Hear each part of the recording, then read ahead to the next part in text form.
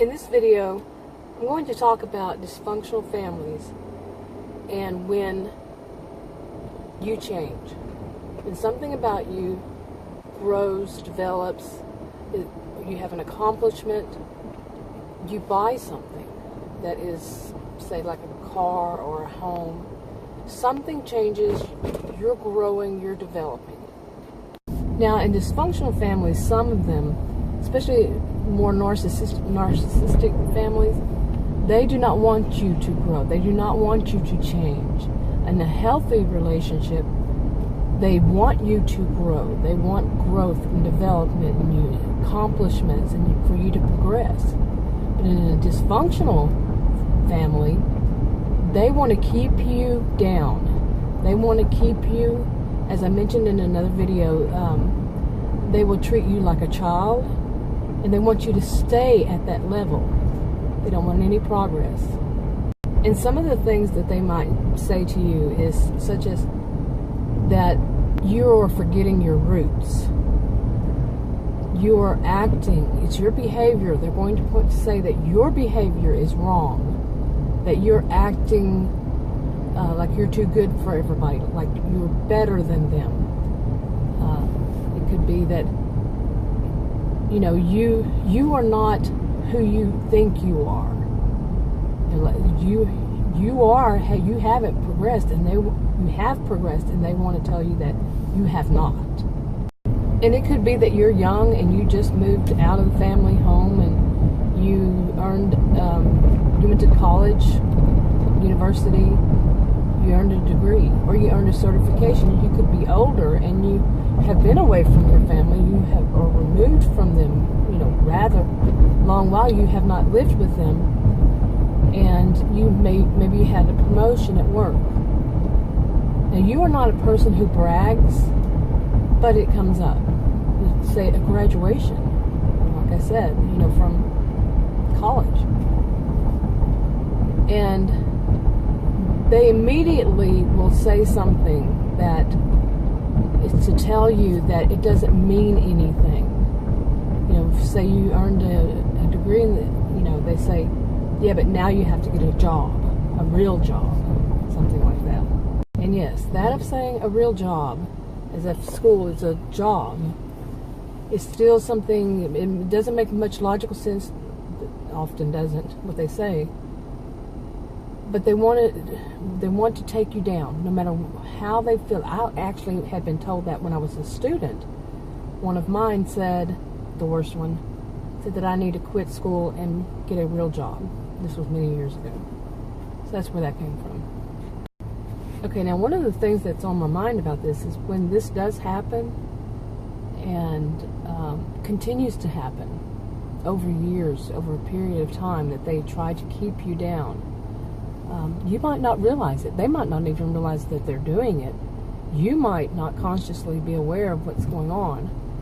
But you, at some point, you stay there. You stick there. You regress back to that age where they want to. Your maturity level does not grow. You do not develop. And that's exactly where they want you. And once something happens, something may happen that you see what has happened to you. Maybe you run across a former student, a former classmate from high school, and you're a mature adult now, and you see how that person has developed, and you see how you have not, and the light bulb comes on. You see what has happened to you.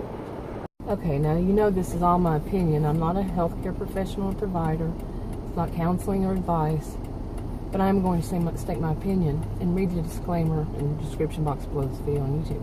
My opinion is, at that moment, it is good to find a qualified healthcare professional who deals with family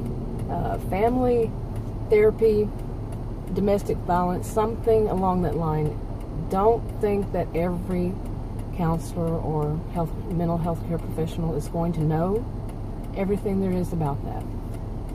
Do your homework, ask, and have a list of questions to ask.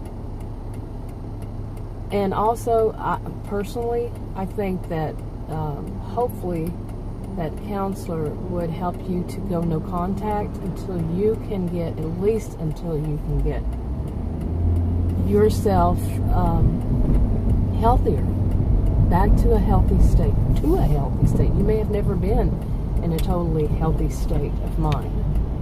So, okay, to mention something else. At any point in a relationship with a narcissistic type person or anybody, it can be dangerous. But at this point, I think that it's even more dangerous when they believe that you feel you are superior to them in some way. You've had this accomplishment, they find out about it, they believe you believe that you believe you're superior and that they are inferior. That's why these kinds of things are said, that you're forgetting your roots along that line. Okay. And to them, this could become a great narcissistic injury. They feel that, you have just injured them. And they lash out at you. They go into a fit of rage. Some people call it narcissistic injury, then a narcissistic rage. And they come after you, whatever way, shape, form, or fashion. Just saying those kinds of things that you've forgotten your roots. You think you're above everybody. That's a sign of it. Okay, now as for you, once you have found a good, qualified mental health care professional, and you've been in therapy, there's something that you might feel. You're no contact with them. Some of these things have been so ingrained, so pushed in, deep inside of you from them and you didn't really realize it, that when you start to come out of it and you start to see that you had regressed and now you're developing and you're growing and you're becoming who you really are, your authentic self, as a lot of people call it. You're becoming who you are. It might make you feel uneasy. And you may actually feel that you're fake. You are a fake. And that's one of the things they may tell you. They might tell you that you are fake. And that, the whole thing of you forgotten your roots and so forth. They may say that. But it's not. It's you developing into who you really are. And if it feels, to me, if it feels too fake, question if it is. But that is up to you to question, not for somebody else to tell you that you need to question. Somebody who knows you. I don't know you. For somebody to tell you you're fake. That, to me, is someone who's narcissistic. Okay. So, anyway, this has happened to me recently. When somebody says that I could be wrong on all of this, when somebody says that they have gone through recovery and they're out of recovery from narcissistic abuse, I disagree. I think it's a lifetime thing, a lifetime recovery, because something will come up. It's not always just a flashback.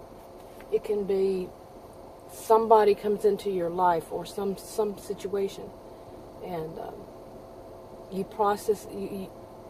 You suddenly see something new, a new thing that you need to work on, and that has recently happened to me.